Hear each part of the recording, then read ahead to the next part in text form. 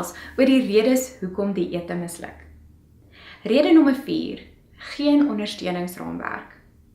Soveel van my kliënte het al met my gepraat oor hoe moeilik dit is om 'n leefstylverandering te maak as jy dit alleen moet aanpak.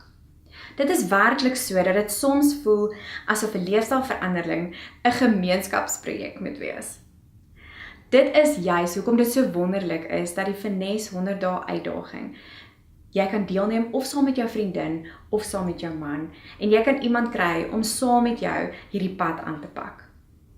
Rede nommer 5, jy het geen gedefinieerde doelwitte nie.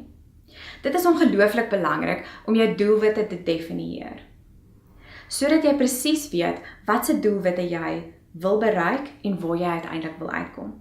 Ek raai ook aan dat jy jou doelwitte sal opbreek in kleiner gedeeltes, sodat jy jou doelwitte stuk vir stuk bereik en ook daai oorwinnings kan vier soos wat jy aangaan.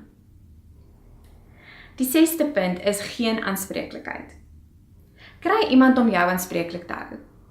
Iemand wat jou gaan bel en vra, hoe het dit hierdie week gegaan? Het jy gehou by jou plan? En is jy besig om gedissiplineerd te wees of is jy besig om te kroek? Iemand wat uit liefde uit saam met jou die pad sal stap en jou sal korrigeer as jy moontlik bietjie die pad byste raak.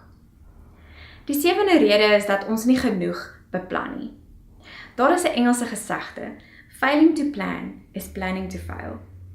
Mense is geneig om te misluk, omdat hulle uiteindelik nie genoeg beplanning insit om hierdie gewoontes wat hulle het te verander nie. Vir jou om gewoontes te verander, moet jy elke liewe dag iets anders ter begin doen, wat jy voorheen nie gedoen het nie.